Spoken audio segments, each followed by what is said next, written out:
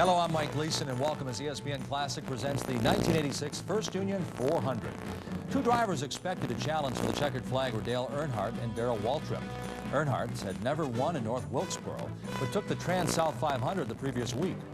Meanwhile, Waltrip had been the most consistent driver in 1986, with 6 straight top 5 finishes to start the season.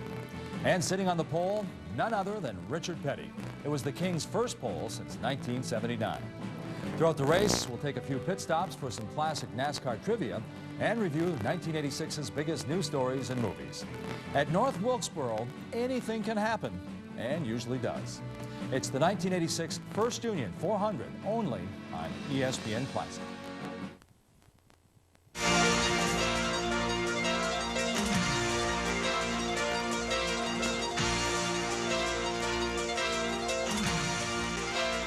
ESPN, your #1 auto racing network, presents Auto Racing 86.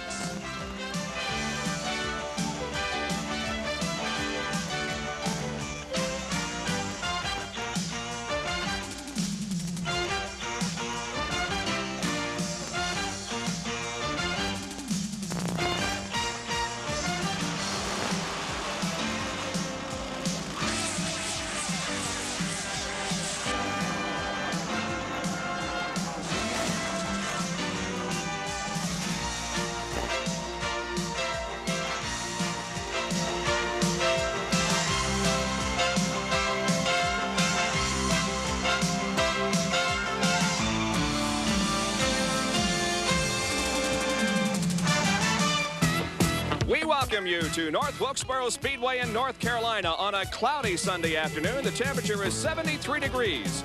Humidity 35%. We have a 40% chance of rain today, and it's rather windy, with winds from the southwest at 25 to 30 miles an hour.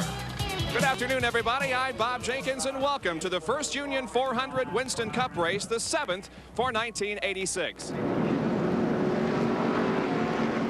The track here at North Wilkesboro is 5/8 of a mile as the field begins to pull away on first about 3 pace laps to get the cars heated up. The turns are 660 feet, straightaways are 990 feet. Banking on the turns 14 degrees, and the racetrack is about 75 feet wide. The seating capacity here is 18,000, and just about every seat is taken for today's race.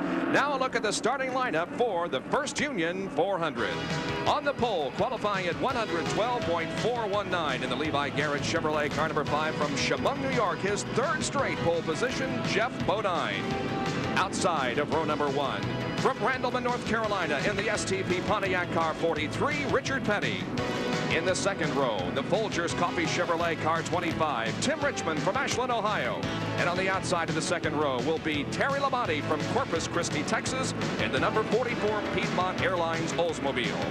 The 3rd row, from Kannapolis, North Carolina, Dale Earnhardt in the Wrangler Jeans Chevrolet car number 3, and Bobby Allison from Hueytown, Alabama, in the number 22 Miller American Buick. In the 4th row, from Upland, California, Joe Ruttman, the Quaker State Buick car number 26. Outside of the 4th row, starting 8th, will be the Budweiser Chevrolet car 12, driven by Neil Bonnet from Hueytown, Alabama. In row number 6, Kyle Petty from Randleman, North Carolina, in the 711 Ford car number 7. And then outside of row number 5 will be Darrell Waltrip from Franklin, Tennessee, in the number 11 Budweiser Chevrolet. The field comes off of corner number 4. Jeff Bodine leads them across. The green flag is out, and the First Union 400 is underway from North Wilkesboro, North Carolina. Well, we have seen Jeff Bodine experience problems the last couple of races at the start of the race, but that was not the case today, as he was leading coming off of corner number 4, and he is going to lead lap number 1. Richard Petty trying to get under the Tim Richmond automobile, which got by him on the start. Richard is alongside of him down in 1 and 2 and takes the spot away. Earnhardt trying to follow him through on the inside. So Richard Petty moves into 2nd. Dale Earnhardt now into 3rd. And Joe Ruttman sneaking up into 4th position as Tim Richmond is lagging behind here after a good start and falling into 2nd spot. He's now back to 5th. Richmond just doesn't seem to be working. Bodine got the start over Richard Petty, and Richmond, you can see him getting a little bit out of shape once again going through turns 1 and 2. He had 2nd place. He held back the whole field, but now everybody is getting by. Jeff Bodine off of corner number 4, leading the race with Richard Petty in 2nd. A lot of traffic behind the front runners, but everybody in good shape so far. It's a tight 5/8 mile racetrack that they run on. There is Darrell Waltrip trying to move up on the outside. On the outside, and we already saw Tim Richmond tried on the outside. He couldn't go any place, but Waltrip is making some headway out there. Here he's alongside Richmond as he come off turn 4. And he is trying to move into 7th position. Right now, Tim Richmond is in 7th and Darrell Waltrip in 8th, but Waltrip on the outside running door handle to door handle with Tim Richmond. They come off the second corner and go down the back stretch, and Darrell Waltrip does move into 7th position. Now Terry Labonte wants to pass Tim Richmond. What Tim Richmond needs is a caution flag here in the first 10 laps. Something is just not exactly the way it was all week long, and particularly yesterday when they qualified. Benny, there is Joe Ruttman. He just passed Earnhardt. He's running well. Joe Ruttman last week at Darlington had a good run, and here again today, 3rd spot. Great beginning for Joe Ruttman. Well, you remember last weekend when Joe Ruttman moved up into a high place right at the beginning of the race was partially caused by the Jeff Bodine problem at the beginning, but this week he is just moving up very quickly on Richard Petty as we watch Terry Labonte, who is currently in 8th spot. It's Bodine, Petty, Ruttman first 3, then Earnhardt, Bonnet, Kyle Petty, Waltrip, Terry Labonte, Tim Richmond, Bobby Allison, Kenny Schrader's up there, then Bill Elliott. Let's see who else is up there. Next is Rusty Wallace, then Jody Ridley. Those are the top 15 cars or so at this very early point. Bobby Allison there running between Tim Richmond and Ken Schrader. A good starting position for Bobby Allison. He was the 6th fastest qualifier, checking in with a 1:11.627. We should say Grandpa Bobby Allison. His daughter had a baby just a couple of days ago. Benny, the interesting thing about this year, the story has continued this week. Everybody agrees there must be at least 15 cars who can win this race. There is definitely not anywhere near a clear-cut favorite. No, there isn't a favorite. Richard Petty, I think, is the sentimental favorite. As you mentioned, Jeff Bodine took the pole away from Richard Petty. He really hated to do it. I think if Richard has a shot with the last 50 miles, certainly they're not going to give it to him, but when it's over, if Richard Petty could win the race, I think everyone would say good for him. Yeah, Jeff told us yesterday, right after he took the pole from Richard, that he actually thought about it during his qualifying run. Gee, this is Richard's best chance in like 6 years. Do I really want to do this? But he said, the professional I am, I had to go for it. But look at Richard Petty. He's only 2 car lengths behind Jeff Bodine. He was 15 just a couple of laps ago. And we see the damage. The damage on the right front of Richard Petty's car. He hit Tim Richmond the first lap of the race, which caused that damage, but it doesn't look to be severe enough to have to make a pit stop. And Richmond is out of shape, and turn number 2 almost spins coming off of the second corner. Let's go down to Jack Arute, who has more on this Tim Richmond problem. Bob, here's the situation on Tim Richmond's car. They thought at first he might have a tire going down, and that was causing it to be very, very loose. They surveyed it for about 4 laps, and it went by their pit station. And they said, no, the tire's not going down. But they did set the car up with loose springs, and Benny Parsons can tell you more about that. That could be the problem right now. Well, how about it, Benny? How do you set a car up for North Wilkesboro? Well, I think that this weekend has been a very unusual weekend because they're running a tire combination unlike anything they've ever used before. No one really knows what springs to run. I think that a lot of cars are going to have the same problem that Richmond has, that's trying to spin out or get loose coming off the turns. I don't think Tim Richmond has the problem right now, but I think we're going to see the problem with everyone before it's over. Look at Richard Petty, Bob. He's off of corner number 2 and challenging Jeff Bodine for the lead as they go down the backstretch and into corner number 3.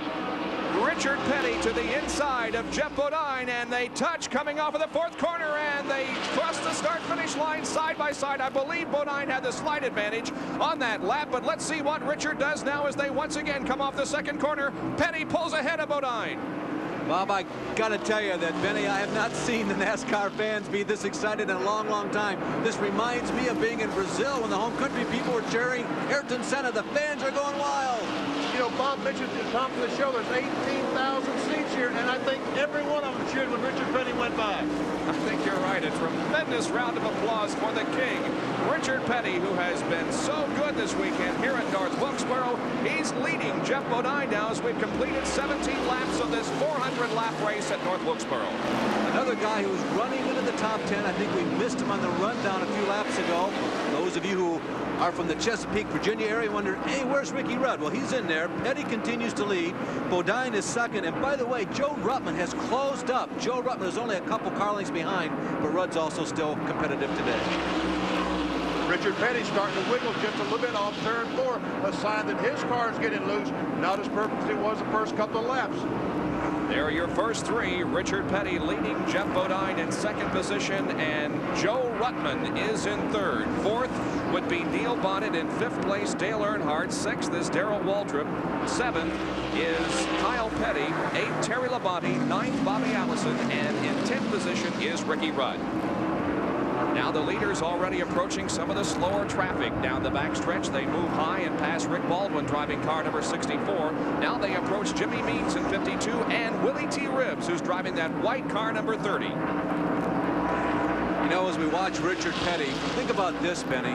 How many people watching this broadcast are under the age of 28? It was 28 years ago that Richard Petty first showed up at this racetrack as a Winston Cup driver. Oh, that's unbelievable. He's been doing it so long, and yet 28 years later, he's leading this event. Isn't that something? Randleman, North Carolina's Richard Petty. We had an opportunity to talk to him earlier this weekend about his chances for winning here. Will tomorrow's race be your best shot at victory since, as President Reagan calls it, the fire crack 402 years ago? Well, I don't know. You know, right now, yeah, we're sitting in the best position to start a race that we have since then. So, you know, from that standpoint, we feel pretty good. But we ran the short track program's going to be better because we ran good at Bristol and the driver give out. And I think that if we keep everything together here, I think this is one of our better racetracks. So from that standpoint, we should be in good shape. He's in good shape right now. He's leading Jeff Bodine and Joe Ruttman in the Union Bank 400 from North Wilkesboro, and now Joe Ruttman beginning to challenge for second position. He's high on the racetrack, moving alongside Jeff Bodine. Good racing here in the early stages of this event. We'll be back to have more in just a moment.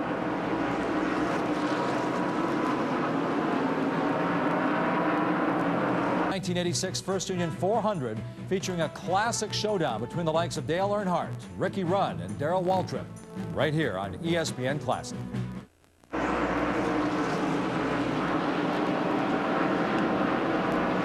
76 laps have been completed in the First Union 400 here at North Wilkesboro, live on ESPN this Sunday afternoon. Jeff Bodine, the pole sitter, has led 65 of the 75 laps. The other laps were led by Richard Petty, who has since come in for a pit stop and lost a lap. Bodine to the outside of Willie T. Ribbs and lapping him for the second time this afternoon.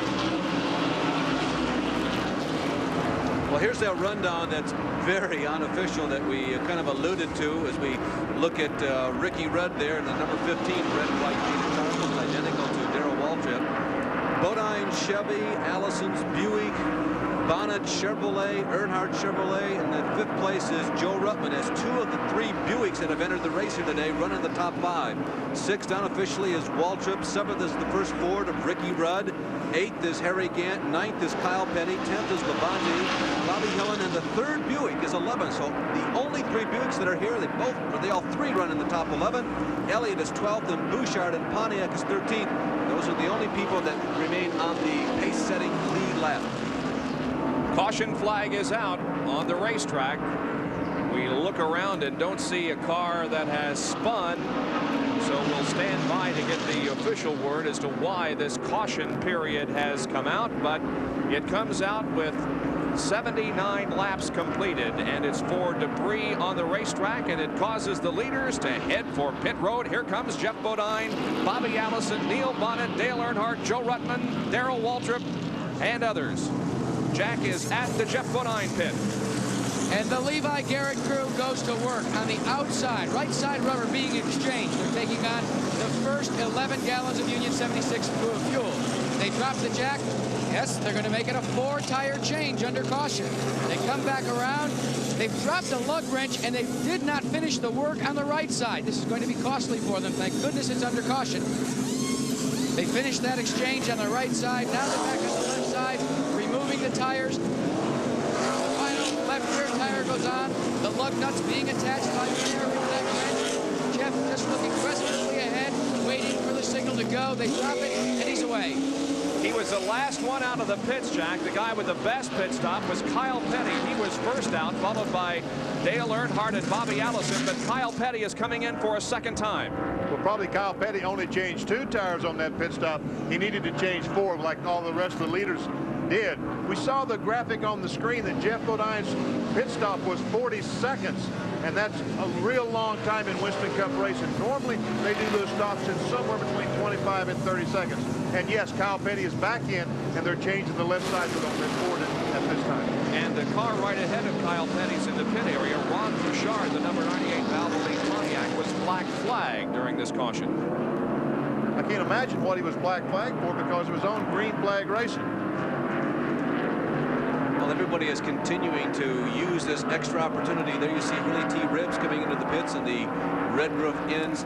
Henley Gray rented from car. That's Henley's car, but it is the Dyguard people who put it together. And Willie T's good friend and mentor, Jim Truman, has come through with the red roof sponsorship to get Willie into this Winston Cup field. There you see Kenny Schrader, the number 90. He pulls into the pit area. DK Ulrich's number 6 car. By the way, one of the finest looking paint jobs I've seen on DK car in some time. It's a nice looking fire engine red. There comes Willie back on the Willie T back on the racetrack. Did you see all those cars in the pits and all those people? What a terrible, what a terrible. Yeah, we have a radio hookup with Tim Richmond today. They're going to throw the green flag right away. Let's try. Tim Richmond, this is ESPN Control. Do you read me? Yeah, go ahead. I got you loud and clear. What was wrong with the car to begin with? I don't know. I wish I did know. It's screwed up. There's no doubt about that. It's not nearly as good as it was. Well, last practice, all right. We just got the green here. We're going into one. We're going to see if it's any better now. I don't know what the problem could be. Something different than it was yesterday at the last practice. We're going to try to make it lap, but we've got a good enough. We didn't have enough cars last practice to win this thing, but right now we barely got a car to stay out of last place. So let's see here. It's not doing too bad right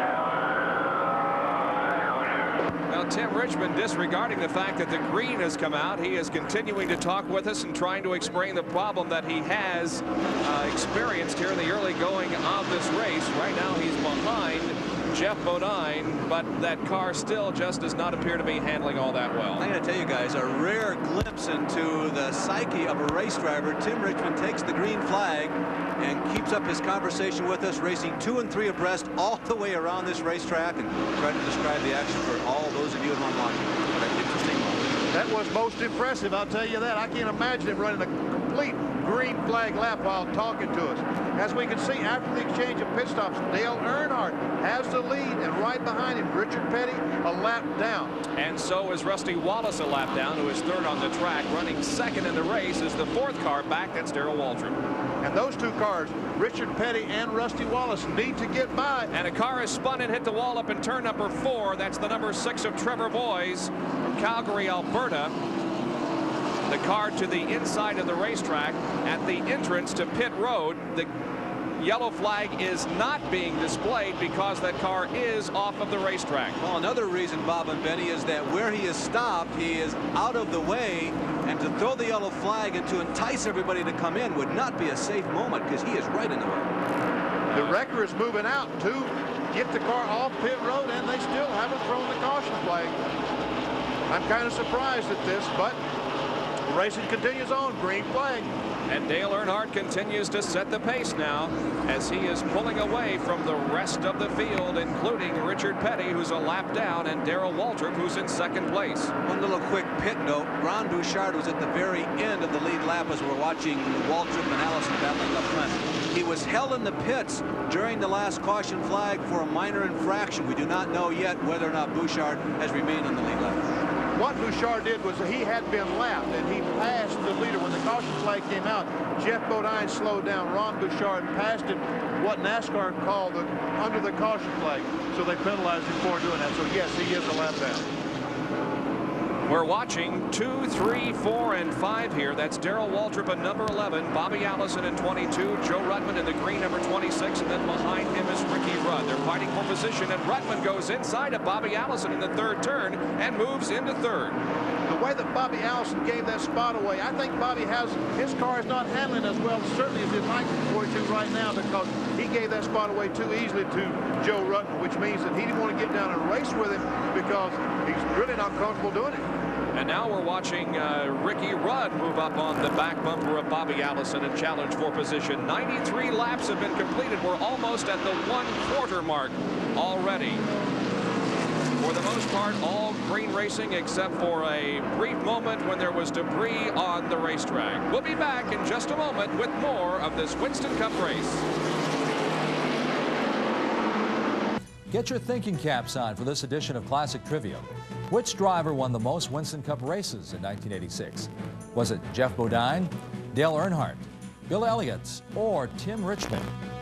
Stay tuned. We'll have the answer later in the race. But right now, let's get back to the 1986 First Union 400 right here on ESPN Classic.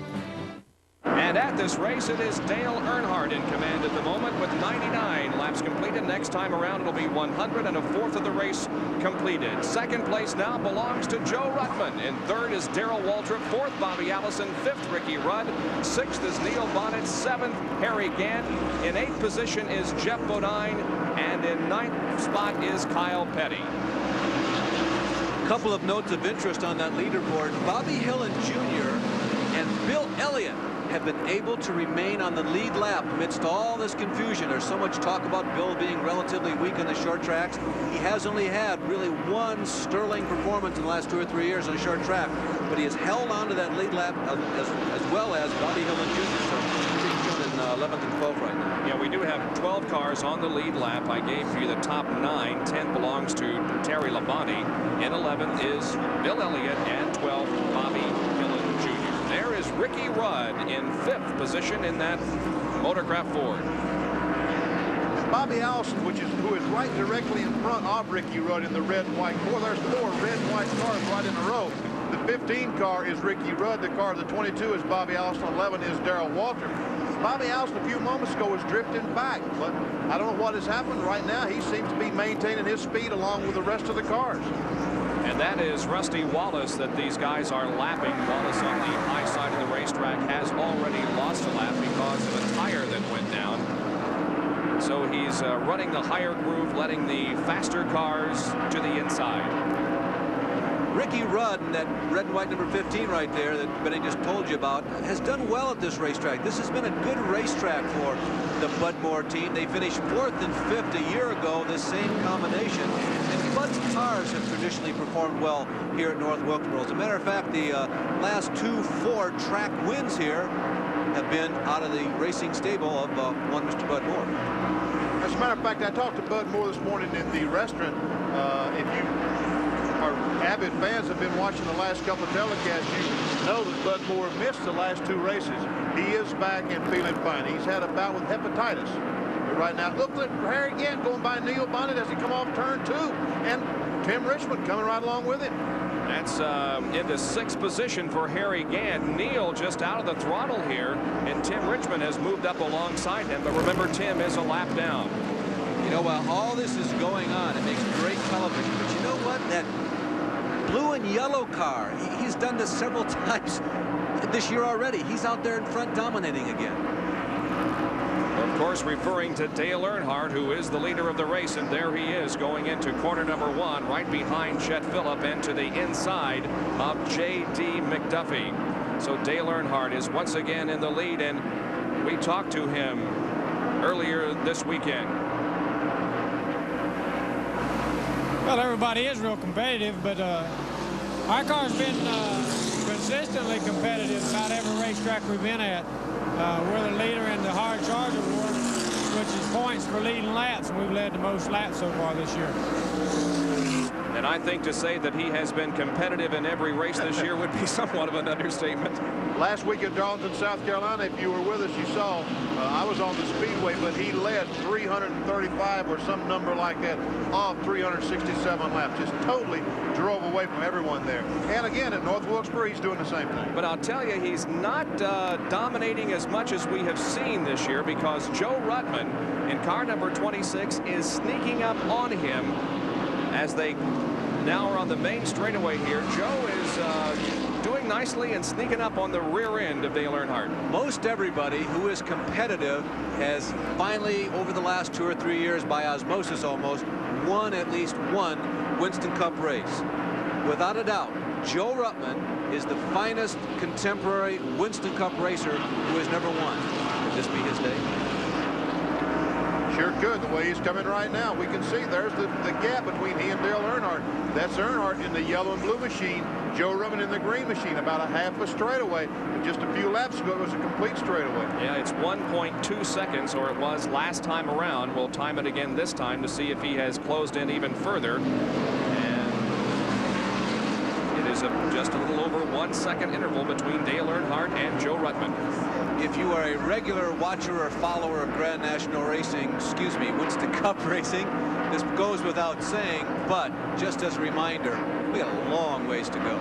This race is about a quarter of the way, and the important thing is the ability to make that car perform really the last half of that segment between pit stops, Benny, and we've got 2 or 3 more to go probably. Oh yeah, we certainly haven't decided anything so far, except that Earnhardt again is super competitive. But Joe Ruttman, I'm impressed with the run so far. There we see Jeff Bodine, and what a terrible, terrible pit stop just a moment ago. He is back in eighth spot right now, and he was the clear leader just before the pit stop. Not only was it a poor pit stop, but I don't think they were able to do exactly the quality work they were hoping for, because Benny, he has not been fast since he came out. No, I noticed that the crew did not change the chassis. We saw them earlier on in Tim Richmond's pit stop reach in and change the chassis. I watched on Jeff Bodine's pit. They did not change the chassis. Was going to try to do, if they were making any adjustments, he was going to be with tires. So, and they may not have been able to get the tires on that they wanted, since they did have a problem. 7th, 8th, 9th, and 10th here. Neil Bonnet in 7th, Jeff Bodine in 8th. Kyle Petty runs 9th and number 7, and Bill Elliott is 10th and number 9. 1986 First Union 400, featuring a classic showdown between the likes of Dale Earnhardt, Ricky Rudd, and Darrell Waltrip, right here on ESPN Classic. How about Elliott? You know, he is having a very interesting day for him. It has been a struggle for that team this year. You know, at this time a year ago, he was well on his way to winning the $1 million bonus. We told you earlier, his only career short track finish in the lead lap was once here in 1983. It was a couple years ago. You see Kyle Petty darting down low to try and work on Jeff Bodine. The Elliott clan, I have the feeling that there's not frustration there, but disappointment without a question in terms of the results from this year. Everybody's talking about how well he's going to do at Talladega, but they're trying to get something accomplished here this week at North Wilkes. Kyle Petty trying to get underneath Jeff Bodine going down in turn 1, and he is alongside. Ooh, they touch. And here comes the Bill Elliott car. He's going to try it coming off turn 2. Can he make it? Well, the number 5 car of Bodine, they are running with a great deal of confidence this year. They feel as though they've had a clear-cut shot every time to win, but a lot of little things have popped up. They do have that big win in the Daytona 500, the first race of this year, but you know, they've got to start wondering about the performance of the car and what has been going on and what's been occurring in the recent weeks. As Benny mentioned earlier, we saw some real strength from them before that almost aborted pit stop, and now Jeff is struggling to hold on. If he gets passed by Bill, he's got to worry about going a lap down to the leader, Earnhardt, that man right there. And now Joe Ruttman has caught Dale Earnhardt. He has slowly closed the gap, and now he is right on Earnhardt's back bumper. Let's see what Joe Ruttman can do. He moves high on the racetrack in corner number 2, but Dale will hold on to the lead. That was a strange line that Ruttman took through turns 1 and 2. It was a little higher than you would expect him to be. That's maybe not so good trying to pass Dale Earnhardt, but it's great for traffic. As you see Kenny Schrader right in front of them, when they run across traffic, Joe Ruttman, I think, is going to be the winner. Benny, let me ask you a question. Put yourself inside of Joe Ruttman's mind as we look at the mind of Dale Earnhardt. Now, Joe Ruttman, you've never won a race before. There's a long ways to go in this race. It looks like, hey, I'm running just a little quicker than Dale right now. What do? Do you wait, or do you try and get by Dale right now and assert your superiority? You want to get by Dale Earnhardt right now if you possibly can, because there's a lot of interested people in his pit area right now. Kenny Bernstein amongst them, that he would just love to take the lead just for them one time past Dale Earnhardt and take the lead at a Winston Cup event. There's a spin down in turns 1 and 2. Tim Richmond is in the infield in turn number 2, and this will bring out our second caution of the day. Tim pulls away after having gotten down in the infield there, but this brings out the caution, and we'll see what happens with the leaders. Will they come in for another pit stop? Timmy has got to be laboring very, very hard. He got that very early race deficit, and I'm sure he's trying to make it up, and talk about running right up to the competitive edge. I can assure you, knowing Timmy's personality and his real love of true racing, he is going for it, and maybe that contributed to that little incident there in turn 1. Leaders are pitting. Dale Earnhardt is on pit road, and so is Joe Ruttman. We watched the work on that machine. And we see the fella in the left rear. He's changed the chassis, just a very slight. That's the crew chief, Larry McReynolds. Just a slight change. So that means Joe Ruttman is pretty pleased with the car right now. And they're changing all 4 tires on Dale Earnhardt's car. They now move to the driver's side, the left side of the car, and begin to change the rubber. We're under caution because of a spin by Tim Richmond. Darrell Waltrip. His work is completed in the pit area, and everybody now moving back onto the speedway. And in some respects, those little changes, they're almost planned. You know you want to do something as the race wears on, because you watch the weather conditions, you try and monitor how slippery the track is getting, an inordinate amount of oil has been laid down, the rubber, whatever. So once the leader comes in, or once your man comes in, you pretty much have a preconceived notion. And here's a replay of Tim Richmond's problem. What's happened, he tried to get underneath Mike Waltrip. He tried to cut underneath Waltrip, and it looked like maybe there wasn't enough room for there, and he spins the car. Jack Carruth is down in the pits with the 25 car. Jack? Benny, they've elected to put all 4 new Goodyear tires on. They also adjusted on the left rear screw jacks, adding wedge to the race car, so they're still chasing the handle on this one. That's the spot that they adjusted so dramatically the first time I saw him in the pits was the left rear of the car. So they're still adjusting on that one bolt.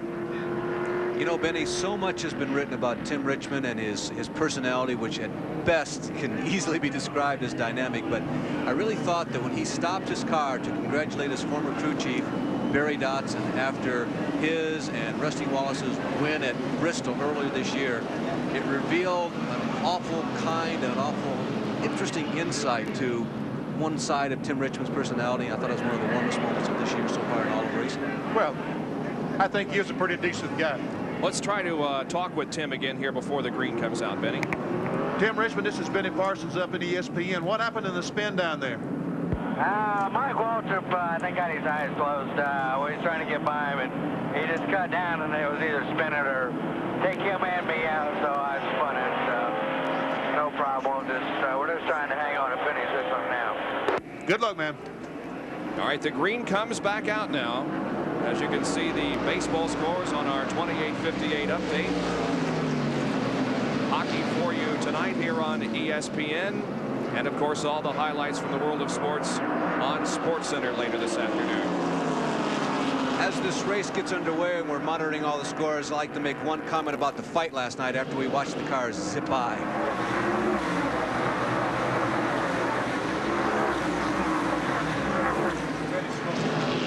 Larry Holmes, if you're listening or watching, it's a consensus in the at least NASCAR pit for this week. You won the fight last night, man. They took it from you. There we see Richard Petty, some smoke coming out of the back of that Pontiac. Pulling down. Pulling over to the inside. What a heartbreak for Richard Petty, who went into this race with great hopes. He had a tremendous early part of the weekend during qualifying, was on the pole for one day, but was knocked off of it because of the unique two-day average qualifying system that they have here at North Wilkesboro, and now he is really dropping off the pace. And Benny, that kind of smoke doesn't look like just a gasket that's not been screwed down tight. That's the kind of smoke that more often than not is bordering on terminal.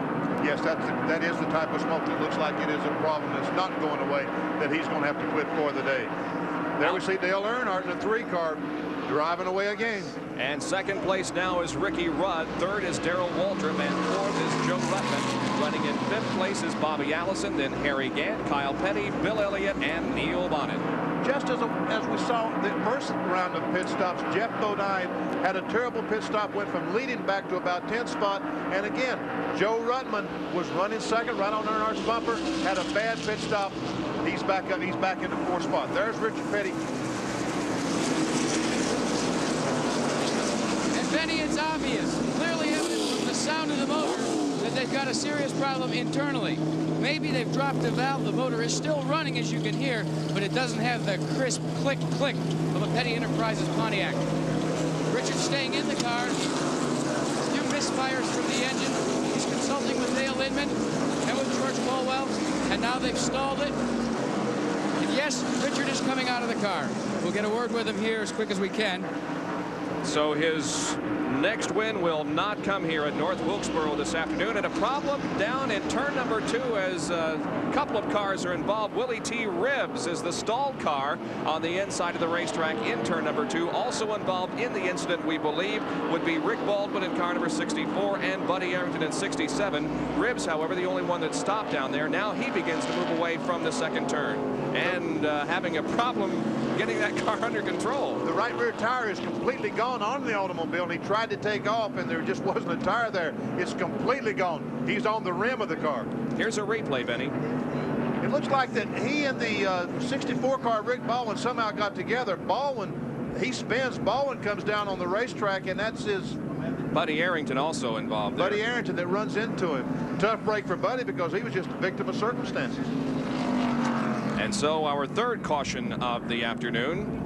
And I doubt if we see very many pit stops this time because of the fact that they were just in a few laps. The 1986 First Union 400 featuring a classic showdown between the likes of Dale Earnhardt, Ricky Rudd, and Darrell Waltrip right here on ESPN Classic. Some unbelievable action here on the 5/8 at North Wilkesboro as Joe Ruttman is trying desperately to get around Dale Earnhardt. They work through heavy traffic now. Chet Phillip is the car they're lapping. Now, a lap ago, here is what happened as Joe Ruttman worked inside of Dale Earnhardt in corner number 4. This is the start-finish line, but on the outside, Earnhardt had the initiative going for the momentum. He was able to pass Ruttman. Here again, coming off turn 4, Joe looks inside one more time.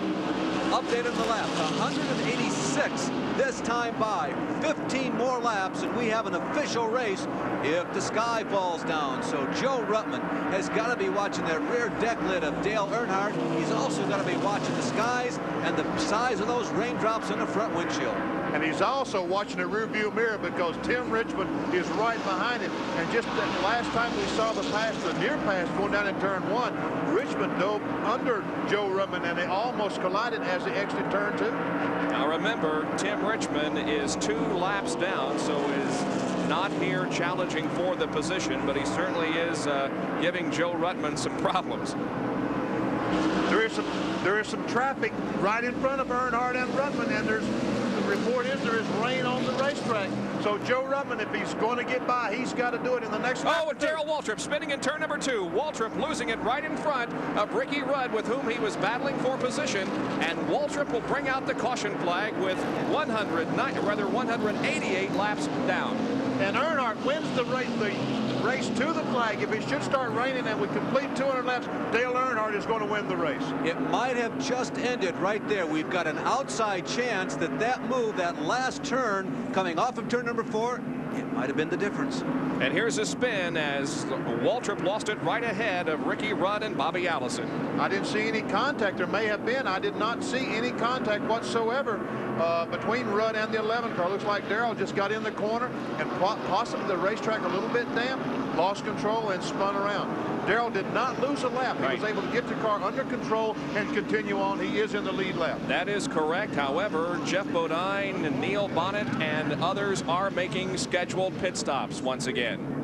Boy, this is really an unexpected factor that works into the formula of attempting to win a race on the Winston Cup Trail.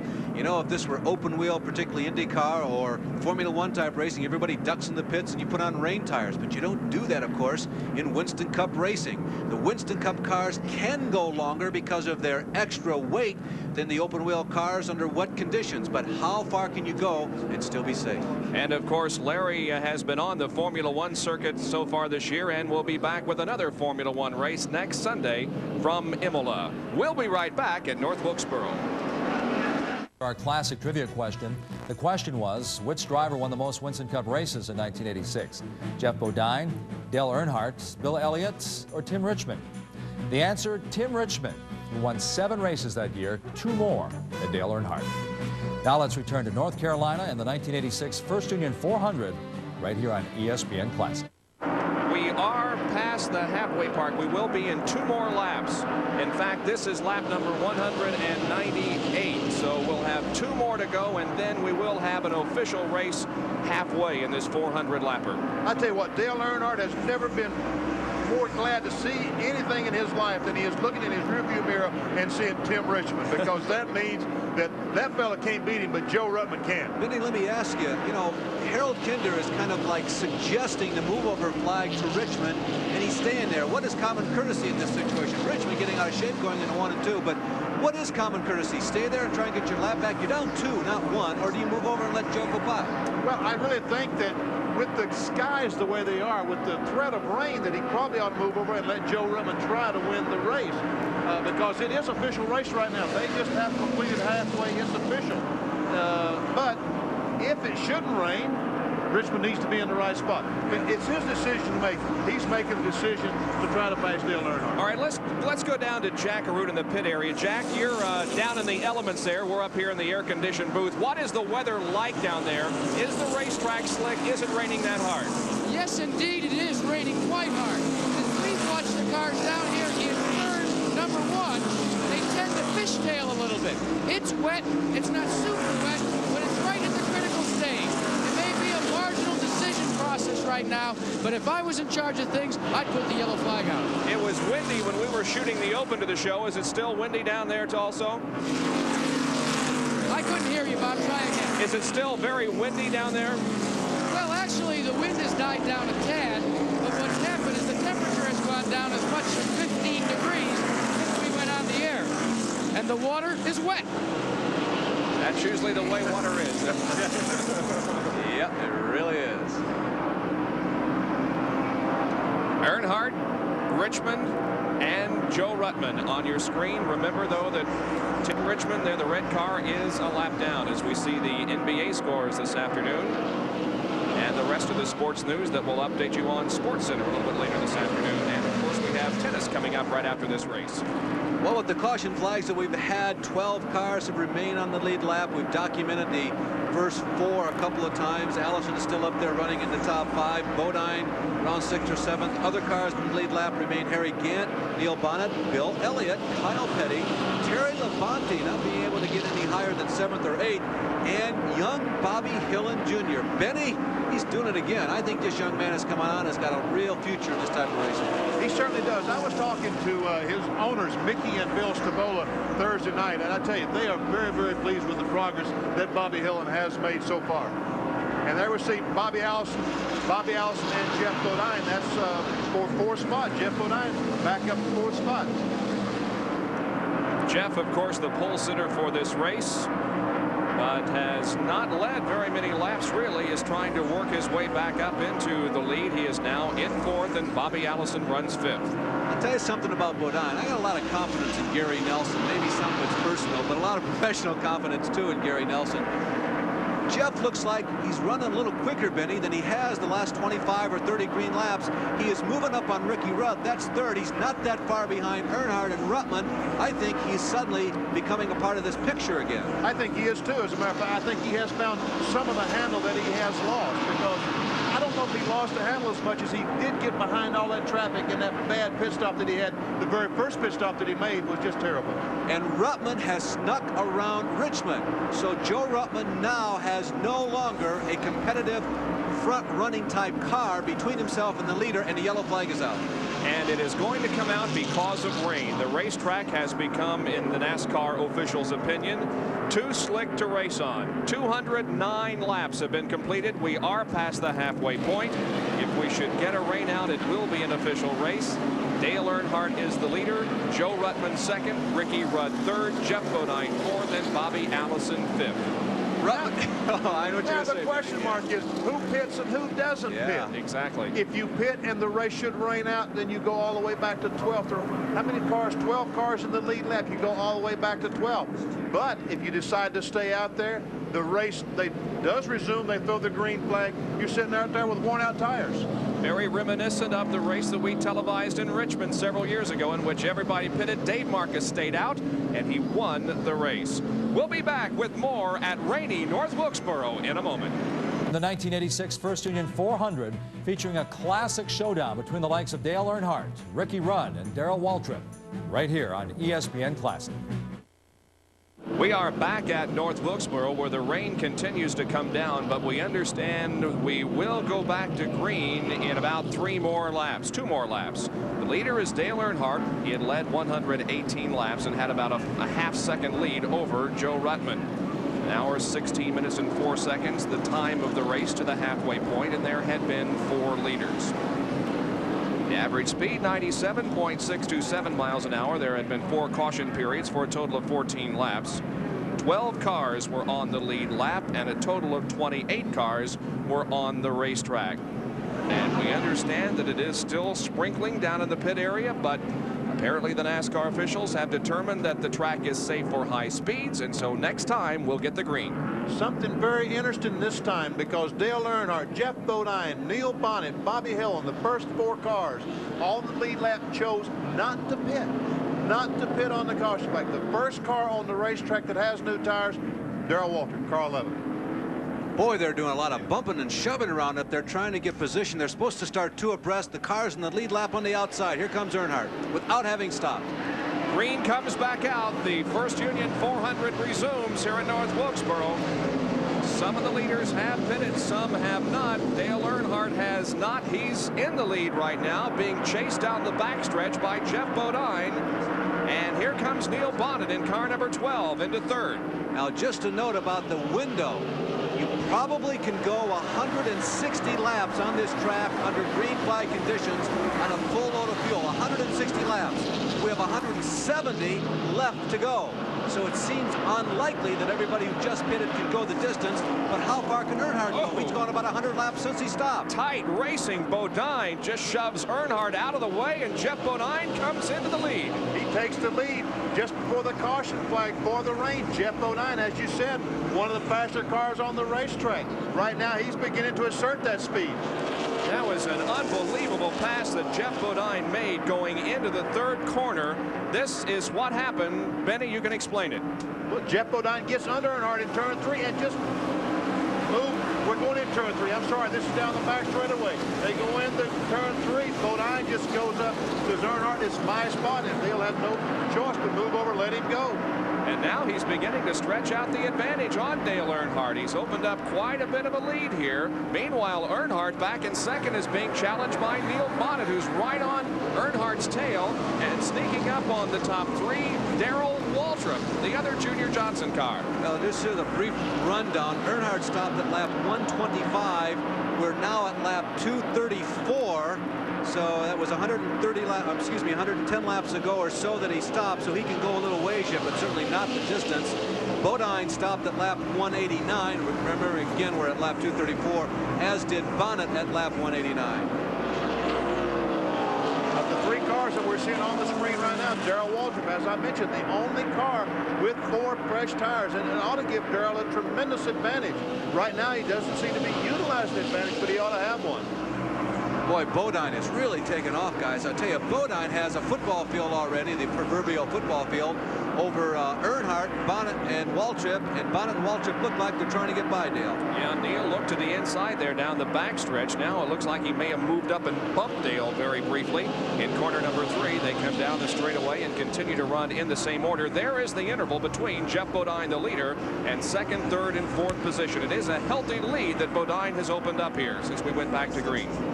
I think that the 12 car, Neil Bonnet, and certainly the 11 car of Darrell Waltrip could probably run with the 5 of Jeff Bodine if they could only get by Dale Earnhardt. And that's not the easiest job in the world. We've watched Joe Rubbin try lap after lap. He couldn't do it, and Jeff Bodine had to use muscle to do it. Well, you began to see some of that experience assert itself from the Junior Johnson camp.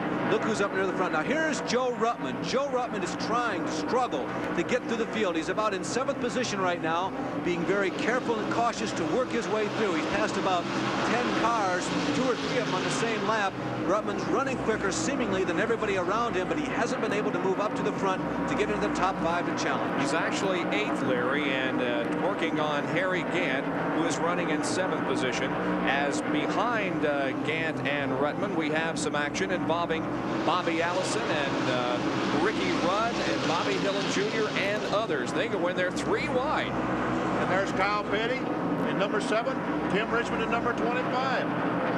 Great racing. There's Petty trying to get underneath Hillin coming off turn 4 down the back straightaway. Benny, let me exclaim about Bobby Hillin Jr. again. He's only 21 years of age. This is a very young man in really a mature man sport. And Bobby Hillin has begun to come near the top often in 1986. I think that man right there, the number 8 car, is destined for an awful fine NASCAR Winston Cup career. Certainly looks like it. There we see the 7 car, Kyle Petty trying to get alongside Doug Hevron in 17. And Tim Richmond's right back just waiting for Kyle to make a slip so he can get by. Now Richmond's going right on the inside. He's alongside as they come off turn 2. Tim Richmond is 2 laps in arrears to the leader, Jeff Bodine, who, believe us, is just really going to town on this field. Hevron is showing as 5 laps down in this battle, but they're all running for relative position on the racetrack. Kyle Petty, again, in that group, is the only car that is on the lead lap. There is Kyle Petty going inside of Doug Hevron in the number 17 car. That's the Hesco exhaust system Oldsmobile. And he passes Hevron, and now here comes Tim Richmond in the same groove on the inside of the racetrack. Well, we can see just how much of an advantage the inside groove is on the racetrack.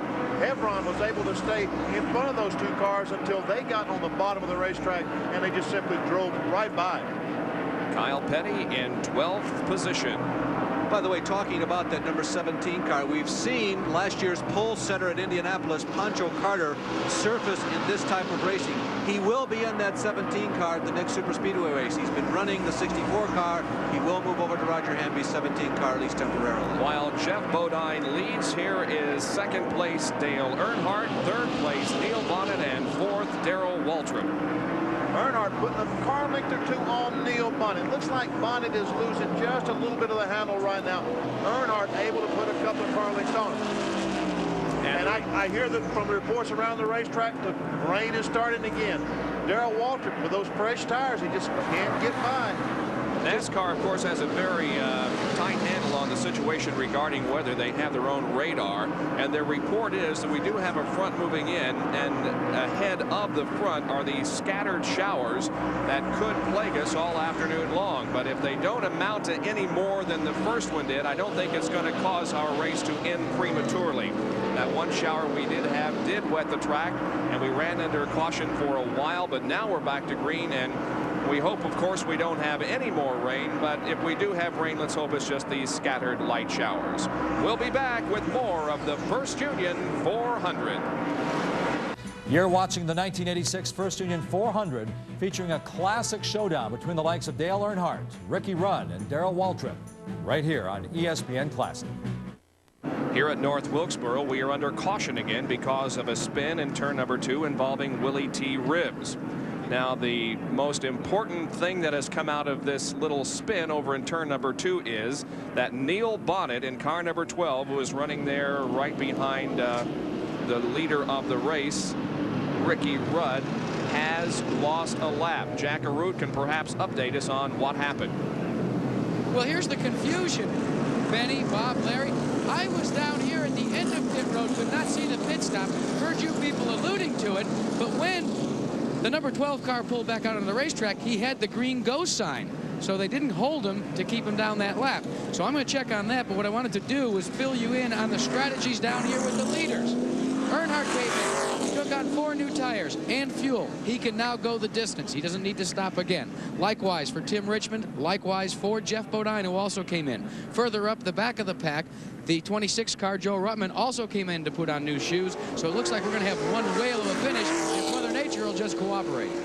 Let's hope she does. Here comes a green flag out once again. And, Benny, there is no doubt that Neil Bonnet did lose a lap on that. Yes, he did, because I watched him come in, and I said, you know, I said to everyone here in the booth, he pitted too quickly. And sure enough, we watched. As a matter of fact, Buddy Aronson was the car that did, in fact, put him a lap down. So Ricky Rudd is the leader now, and a lot of traffic behind Ricky in turn number 4. Joe Ruttman is second. He's being literally pushed out there by Dale Earnhardt, who is third, then Darrell Waltrip, then Jeff Bodine, and Terry Labonte in car number 44 is smoking and falling off the pace. A tough break for the Corpus Christi driver. Yes, the Oldsmobile driver. Ruttman is spinning. He got touched by Earnhardt. In turn 4, Joe Ruttman has made a complete 360. He was really off the pace. I shouldn't use the word really, but he was not running as quickly as the other front runners and Dale Earnhardt, and he touched as they moved through turns 3 and 4, and Ruttman goes around one time, keeps the engine fired. Can you imagine that all those cars missed him? Yeah, that was a miracle. It's a miracle. They really scrambled, but everybody did. And Terry Labonte has pulled into the pits, and it looks like it's over for him. Ruttman has resumed and is catching up with the rest of the field. There we see J.D. McDuffie on the inside of the racetrack, you know, down the front straightaway. But if we can get a camera to go right in behind the 44 car, we can see what happened to his automobile, because we see the trail of oil running back right to the engine on the car 44. Well, let's go to Jack Arute, who is with Terry. Well, Terry is finally getting all of the paraphernalia off his body here. The helmet goes out. Terry, what put you out of the race? Blown motor? Yeah, I don't know what happened to it. Something broke in the motor. Taking a look at the way people have been framming at it all afternoon here, who do you think has got the best advantage? Who do you think out there really has got the key to victory right now? I don't know. It looked like it's up in the air. Bodine's running awful strong. Of course, Earnhardt is running good. Now, Mother Nature hasn't been cooperating. These intermittent sprinkles, they haven't been much help to a race driver out there either. Well, the racetrack's been awful wet at times, and a lot of those laps should have been run under the caution, but so that might play a part in the finish. Well, it's going to be one whale of a finish, one way or the other. All right, J.D. McDuffie's car is being taken off of the racetrack. Now, the reason for this caution originally was an incident up in turn number 3 involving Ruttman, Earnhardt, and others. Let me speculate. Now, Ruttman's in the green car. You see, he's been touched by Dale Earnhardt. We mentioned that he was off the pace. And Benny, even though he spun in this, I think this played into his hand, because this may have been a long green flag segment had he not had that problem, which brought out the yellow flag. The setup was so far gone, this gives him an advantage, an opportunity to change that bad setup, maybe get back to a better one. Well, I'm not sure. I think that Joe Ruttman did not change tires just a moment ago, the preceding pit stop, and therefore may have, you know, not had his tires as good as anyone else. Jack Arute, maybe you can update us from the pits. I can update you on the condition of car 12, Neil Bonnet, going a lap down.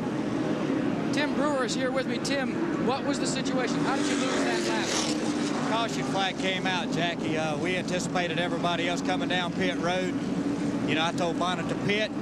You know, we came in, they ran wide open around the racetrack. We sat here and lost a lap sitting on the jack. We thought we could beat them out, but we anticipated everybody else stopping too. So, you know, I guess it was just, you know, one of those misdirected calls there. Just a gamble on your part, trying to get in and out quick and not have to work your way back up through traffic? Well, we anticipated, you know, the other leaders coming in too, you know, and I'd already made the call to come in, and Bodine, he went ahead and took the caution on the racetrack. So he run wide open around the racetrack, put us a lap down. You know, it's not that bad of a deal, you know. We've got fresh tires sitting on the inside road. You know, catch a caution flag, we'll get it back. We can still race it. Benny, there's a lot of times that drivers have a headache on Monday morning for the miscues they've had, but crew chiefs get them too. Yeah, you could. Tim Brewer admitted he made a mistake. He pitted too soon. He should have told Neil Bonnet, which is what Leo Jackson, my crew chief, tells me. He says, pit with the leaders. That's the terminology that Leo says. If the leaders pit, then you pit. If they stay on the racetrack, you have to stay on the racetrack with them. You pretty much just watch what happens up in front of you and do what they do. That's correct. If you are the leader, then you have to make the decision on whether or not you're going to pit or not. I tell you what, there's a lot of people leaving right now, so there must be some rain. Jackie, is it raining pretty good down there right now? Oh, yeah, indeed. It's coming down harder than it has been all day. And you know what's ironic is this area of the country has been asking for rain, for the last month to 2 months. But they didn't want it this afternoon in North Wilkesboro. Well, you can say that again, but unfortunately that is a situation. It looks like it's raining pretty hard now, and it looks like the track may be getting slick once again. We'll be back with more from North Wilkesboro, North Carolina.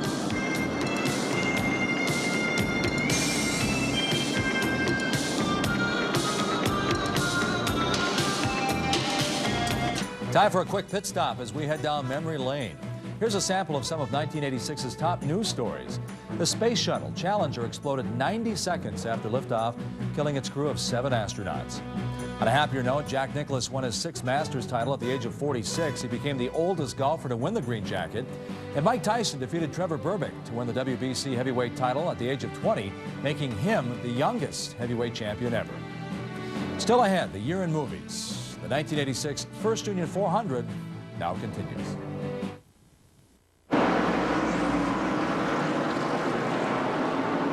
At North Wilkesboro Speedway in North Carolina with 330 laps completed. Ricky Rudd is the leader. Jeff Bodine is in 2nd position, and Dale Earnhardt is in 3rd.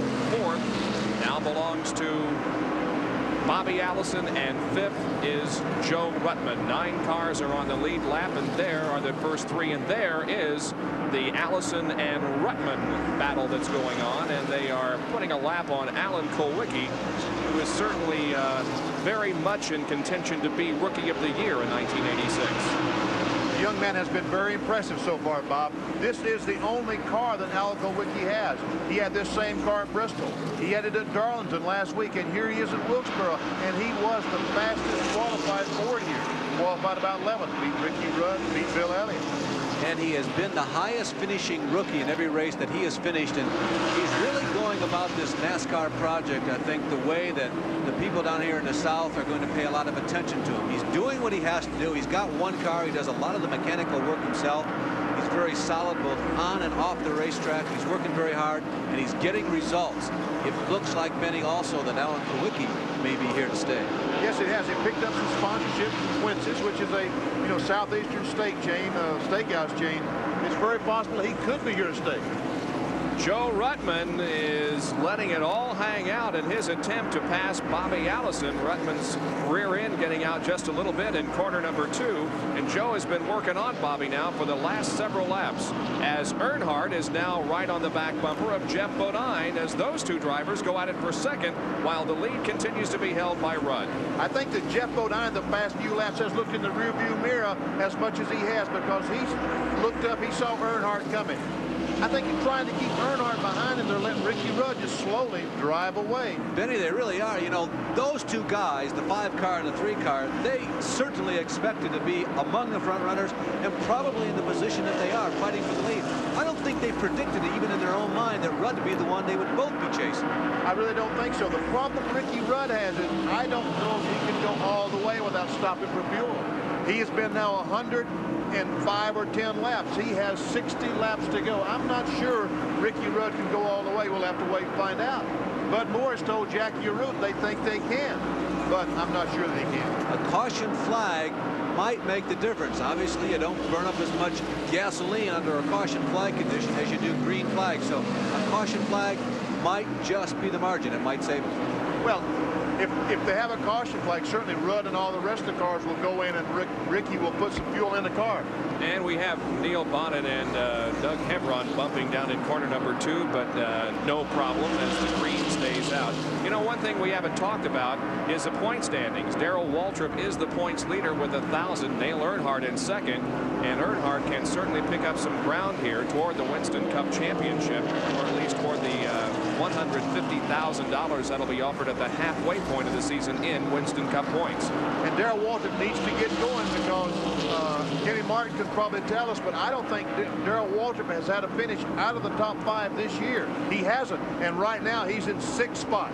He has had a 3rd, a 5th, a 5th, a 4th, a 3rd, and 2nd last weekend at Darlington. So he has not finished out of the top 10 and 5 this year. Ricky Rudd continuing to lead in his Motorcraft Ford here at the First Union 400 at North Wilkesboro. They're the top 5. We'll be right back. You're watching the 1986 First Union 400, featuring a classic showdown between the likes of Dale Earnhardt, Ricky Rudd, and Darrell Waltrip, right here on ESPN Classic.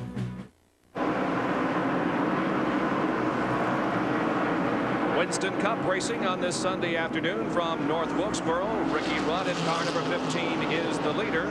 Second is Jeff Bodine, and you can see the interval between first and second there with 54 laps to go. Ricky beginning to stretch it out just a little bit, and also Dale Earnhardt, who is in third position, is falling back a little bit to Jeff Bodine as we widen out and show you the interval between second and third, and there it is, not nearly as close as it was just a few laps ago. A week from today, well, Larry Newber, who is in the booth with me here this weekend, will have the Formula One race from Imola in Italy, the San Marino Grand Prix, as we continue to cover all of the Formula One races in 1986.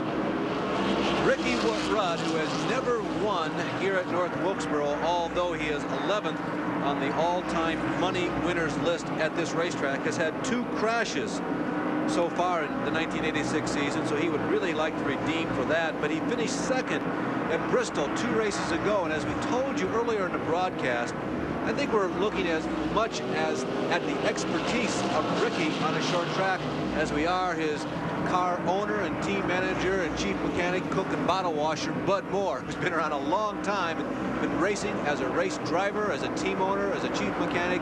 He started out on this type of racetrack, and I think his experience really shows on these short tracks where you've got such a delicate touch that you have to execute in order to be competitive. It sure isn't just a delicate touch. That's, you know, that's very well put, Larry Newber, because off these corners, I've been watching these fellas come off the corner. We're watching Ricky Rudd going to turn 3. Now, as he exits the corner, it's almost like he's tiptoeing off that corner, just using the throttle ever so gradually, trying to get off the corner with the best line so they won't use up the tires. There we see Bobby Allison and Joe Ruttman. Ruttman still trying to get by the Bobby Allison Miller American. That's the battle of the Buicks. 2 Buick automobiles right there. Yeah, they've been going at it for several laps, and Ruttman just cannot pass Allison, so Allison holds on to that 4th place with Joe Ruttman 5th. North Wilkesboro, it's one of the 2 so-called charter members of NASCAR racing history in the Major League. We got a spin. Dave Marcus slams the wall in turn number 2, and he hit it pretty hard because he has knocked off the back bumper on that car, and it appears to be a rather hard impact that Dave Marcus has had in turn number 1. The car is resting between turns 1 and 2, and now this makes things rather interesting because it will allow Rudd to come in for the fuel that there was some question about, and it may tighten this field up considerably. Here is Marcus in corner number 1. Looks like he got in the corner. Ooh, just a little bit too hard. There could have been a flat tire or something that caused the problem, but he went down in turn 1, got the back end in the wall, and the front end came around. And the leaders are on pit road. Let's go to Jack Arute, who's with Ricky Rudd. Ricky Rudd's team has gone to work immediately, filling it up with fuel, taking a look at changing all 4 tires. That's what they're going to do. They've accomplished the task on the outside. They've moved to the inside to exchange the tires. Just as we went on the air, we were also notified that TRW have awarded $1,000 to Bud Moore as the TRW mechanic of the race. And he does his work in quick fashion and puts him back out onto the racetrack. Dale Earnhardt is going to lead, though, the contention out of the pit area. Earnhardt is going to be first, Rudd second, Bodine third, then Kyle Petty, Bobby Allison, and Joe Ruttman. That's the way they're going to line up for the restart here in a few laps. Benny, it seems to me like you guys, when you come in for a pit stop and you change all 4 tires, that wait must be the longest that you can imagine. Well, it depends on how hot it is. If it's very, very hot outside, it's not very long because you want to get about 2 big cups of water to drink. And you very seldom, it takes about 4 tire stop to drink the 2 cups. If it's a very cool day and you really don't need a drink, you're right. It seems like an eternity. I did see Dave Marcus moving around over there inside his car. Evidently, he sent the ambulance away. Well, he did go in hard. The Helen Ray Special, there's one of the most unusual sponsors in Winston Cup racing today. That's one lady, a lady about 60 years of age who lives out in the Southwest, who has developed a very keen interest, obviously, in Winston Cup stock car racing, and she has decided that she wants to be a part of this, and she is, well, a part in a way that she doesn't want to be today. With 356 laps completed, we are under caution because of an accident in corner number 1 involving Dave Marcus. We'll be back with our coverage after these messages.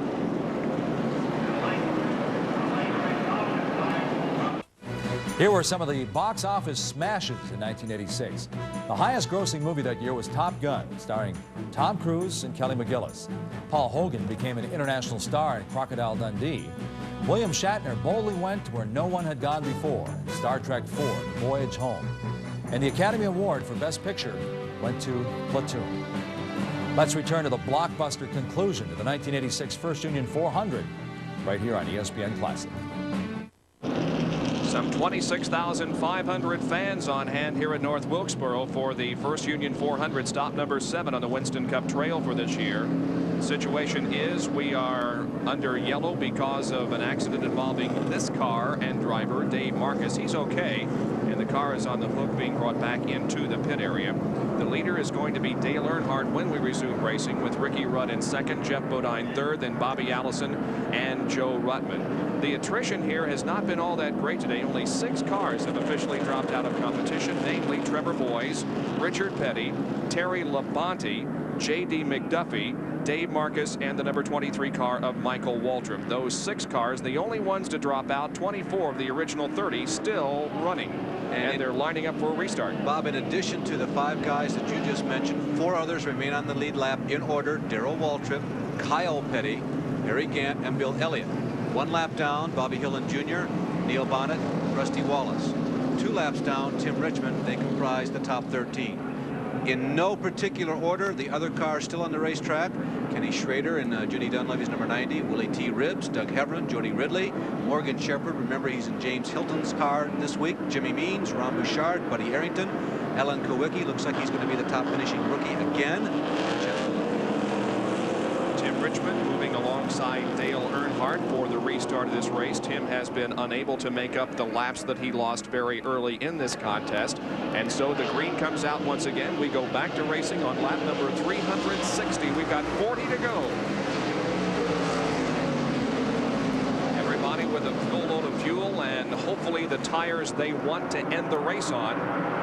But Dale Earnhardt right now is just pulling away from everybody else. He sure is. He's putting lots and lots of distance on Ricky Rudd. He's having trouble. Rudd's having trouble getting by the Rusty Wallace automobile. But Rudd gets by. Now Jeff Bodine, he's on the outside of Wallace. And behind them, the 26 car, Joe Ruttman alongside Bobby Allison for 4th spot. And finally, Joe Ruttman takes the position away from Bobby Allison. Those two have been fighting out there on the racetrack for numerous laps, and now Ruttman has passed Bobby Allison, and Joe Ruttman has moved himself into 4th place. In some respects, it's a shame that Tim Richmond and Rusty Wallace are up there. They certainly deserve to be up there, but we have 5 guys in the lead lap, and they were ready to shoot it out, draw one-on-one against each other for the win. But Tim Richmond and Rusty Wallace, they still have their hands to play too. They're running competitively. Had they not lost those laps, unfortunately, early on, they'd be right up there going for the win. 1986 First Union 400, featuring a classic showdown between the likes of Dale Earnhardt, Ricky Rudd, and Darrell Waltrip, right here on ESPN Classic. Dave Marcus is okay. Let's go down to Jackaroot for a conversation with him. And he's still in his Helen Ray special, and it looks as if you got it both in the front and the back, Dave. Yeah, Jackie, the throttle hung up. I really don't know why. I stayed high, motioned Bobby and them guys by on the inside because it looked like they were running better down there. I let up on it to go into one. It just hung wide open. I had the brakes locked up and just kept going right straight on into the wall. I really don't know why. Real quickly, who would you pick to win today with what you saw? Well, Earnhardt's running good. Of course, Ricky Rudd a minute ago was running real good, but new tires are going to change all that. Well, we'll just have to watch it unfold in the remaining laps, guys. Yeah, I think that's a very important point. New tires are going to maybe mean the difference in who wins this race. They come off the 4th corner. That's Tim Richmond tucked right in behind Dale Earnhardt, but Richmond is 2 laps down behind behind Richmond is Ricky Rudd and then Jeff Bodine. Bodine and Rudd touchdown in corner 1. Just during the last couple laps, another visual observation, Earnhardt is not the fastest car in that top 5 quintet. Is it Rudd? Is it Bodine? Is it Ruttman? It might be Richmond. Benny, it's not Dale Earnhardt. This race is too close to call. Who knows right now? You're exactly right. Ruttman has gained on those fellas, but now he's drifting back a couple of car lengths. Ricky Rudd, they've closed the gap on Dale Earnhardt. But is Earnhardt trying to keep his tires cool? Who knows what he's trying to do? Maybe he's just trying to take it easy. This race is far from over, and we only have a little more than 30 laps to go. It is anybody's race. And folks, Tim Richmond just moved over. He let the other 4 cars go by. He said, okay, you guys are racing for the lead. I'm 2 laps down. Go ahead. Very gently moved by Tim Richmond. Boy, it really was. What a fine moment in this race in this season. Ruttman in 4th place. It's been a great afternoon for Joe Ruttman, with the exception of an incident down in corner number 3 in which he got tangled up with another car and spun. But it has been a fine performance by that driver in the Kenny Bernstein-owned machine. And now Rudd is looking at the inside of Dale Earnhardt and Jeff Bodine moving outside of Rudd. Look at these guys going at it for the lead. Benny, if you are Joe Ruttman, wow, if you're Joe Ruttman, who do you follow? Who do you tack onto to try and get by? You're really at a deficit with such a short number of laps to go. Wow. Earnhardt trying to take the inside groove away. The last time Ricky Rudd was able to get alongside of him. Earnhardt going down on the racetrack. He's going to leave the outside wide open. But Rudd, I don't think he's going to try it on the outside. Jeff Bodine, he might. And Joe Ruttman, he might. 27 laps to go this time around. Who has got enough time to do all the maneuvering they want? This is such a difficult racetrack to pass on. It really is. And Ruttman perhaps has the fastest car. Maybe it's Bodine, but that is not really the story. The story is being able to pass the car in front of you. The story is right now, exactly, Bob. The story is who's going to win the race. Well, yeah. The first 4 running nose to tail on the racetrack. And, you know, let's give a mention, because behind all this, about 10 car lengths away, is Darrell Waltrip. He is 5th. He's in the lead lap. And you know what? Before this thing's over, he's going to be up there and mix it up with him. Wait a minute. What were we talking about? About top 5 finishes? About 20 laps? Let's see. 1, 2, 3. My goodness, he's 5th again.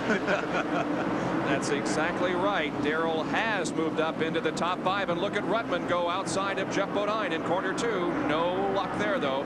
And that 6th car there in the line behind the lap car of Tim Richmond is Darrell Waltrip, who is 5th. And now Tim moves high, allowing Darrell to go underneath, and another gentlemanly move by Tim Richmond. And now we have the first 5 cars running right together. Wow, what an automobile race. I certainly hope that none of the fans left this speedway when it rained back about 100 laps ago, because they are missing a thriller. This really complicates things for Joe Ruttman now. He's obviously working all over the back lid of Jeff Bodine, but now he's got to start watching for Waltrip, because 1/2 of an inch of a slip, and Waltrip's got him, like right here maybe. There goes Waltrip on the inside of Ruttman going in turn. Oh, and Joe sideways. I thought he was going to lose it again. He does lose the position, but he kept control of the race car. As I was saying. Oh, wow. So Waltrip moves up into 4th, Ruttman back to 5th. You know, that's the problem that everyone has right now. They've all got to protect their back door as well as try to pass that guy in front of them. I don't know what to do. This is a tough spot. Who knows what to do? Meanwhile, Earnhardt putting a couple of car lengths on Dale Earnhardt putting a couple of car lengths on Ricky Rudd. Here's the replay of the Waltrip and Ruttman incident.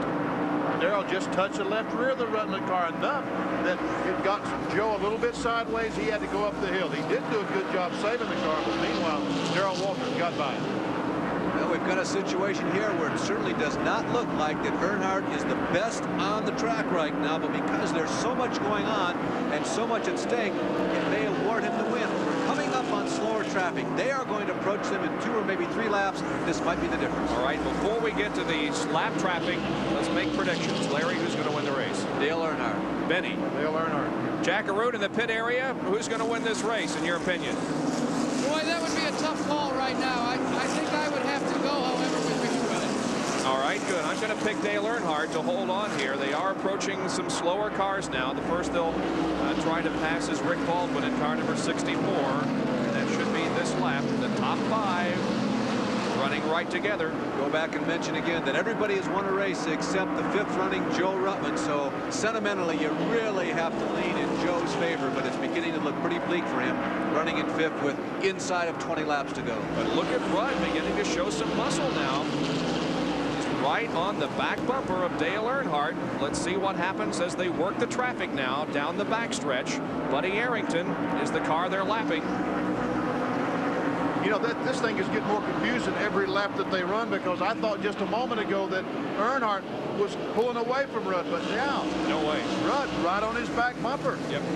And interestingly, Jeff Bodine, if the experience of 1986 would have been any indication, you would have expected him to be at the front, not near it, but at the front.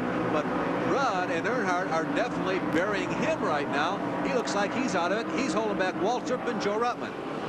Willie T. Ribbs is the car ahead of Earnhardt. Ribbs going low on the racetrack, and Dale Earnhardt and Ricky Rudd both passing him. And Joe Ruttman trying to make another move again. Ruttman is just behind those 2 cars you're looking at. He's trying the outside of Waltrip. There you see him. There they are, Bodine, Waltrip, and Ruttman. That's 3rd, 4th, and 5th. Now Ruttman looking outside, but a slower car to the inside of the racetrack. That is Chet Phillip in number 81.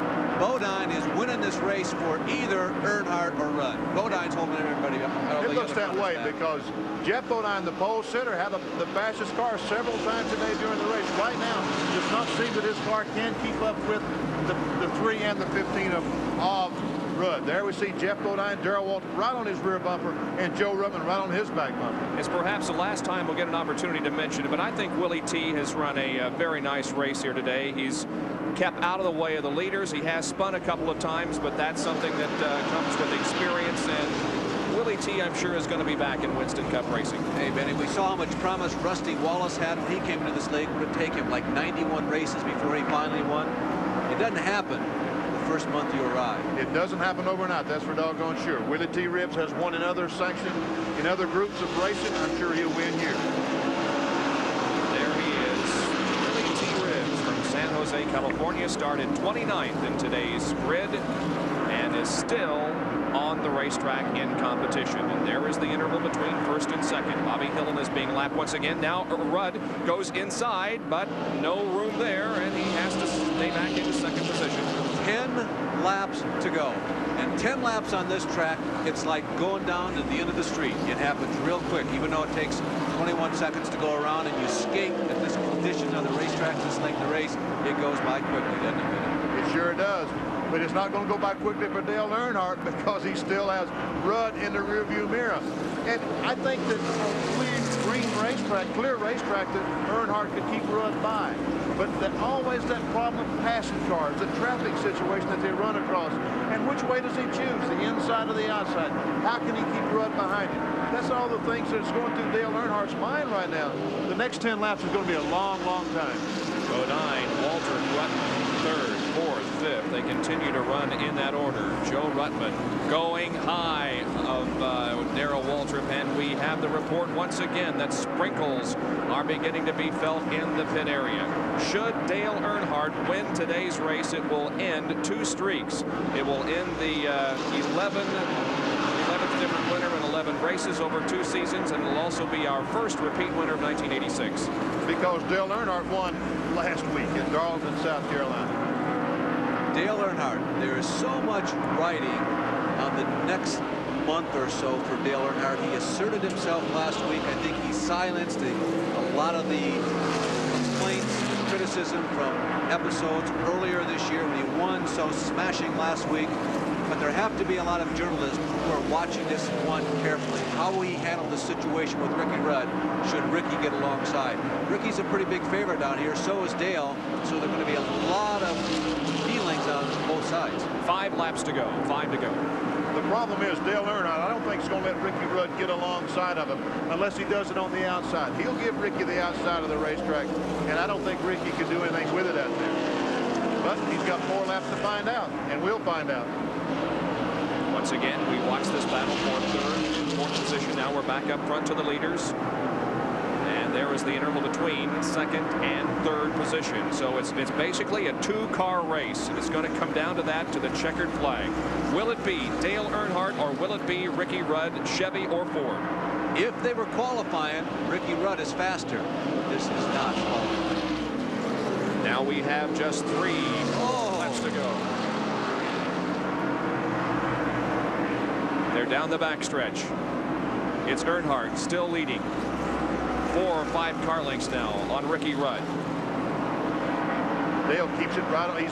He's sure to keep it on the bottom of the racetrack, costing time around the racetrack, but he knows that's the spot that Ricky Rudd can get by the easiest. He has to cover that spot first. Next time around, it'll be the white flag. Just 1 more lap to go. And not a good set of turns the last time through 1 and 2 for Ricky Rudd. You can see he lost about a car length, and a car length is almost as good as a lap at this juncture of the race. The white flag is out. 1 more lap to go. We'll watch Dale Earnhardt and Ricky Rudd down in turn number 2 now. Rudd hangs on to the lead. They come off the second corner and down the backstretch.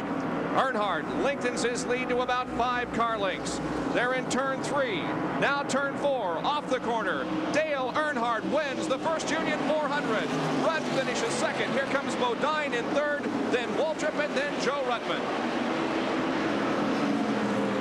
And the Wrangler crew celebrates a victory. Dale Earnhardt has won his 2nd consecutive Winston Cup race.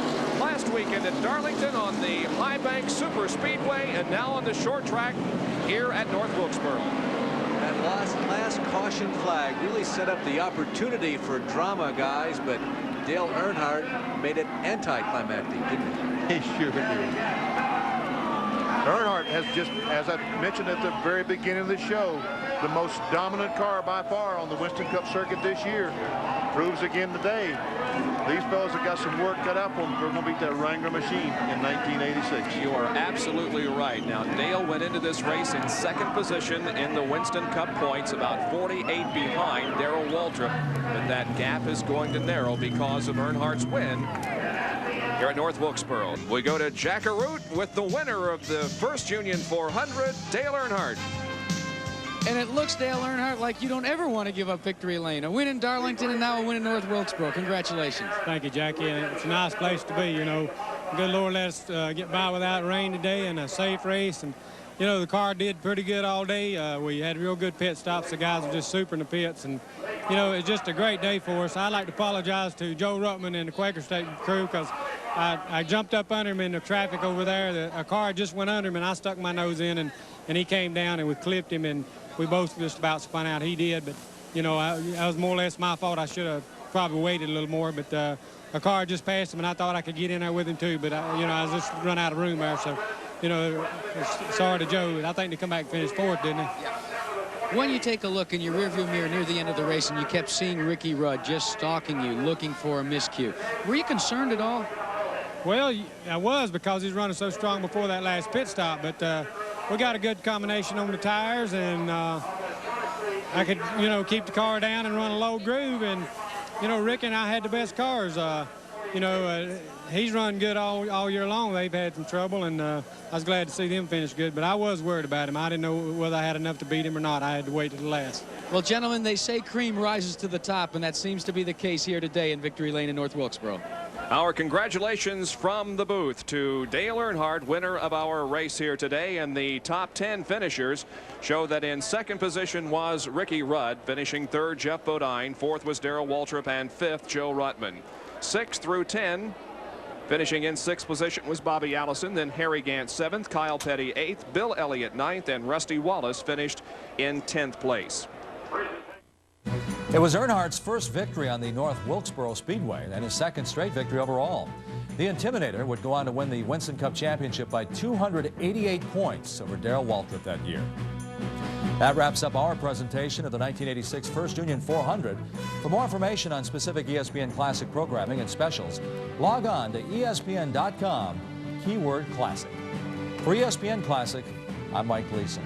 Thanks for watching.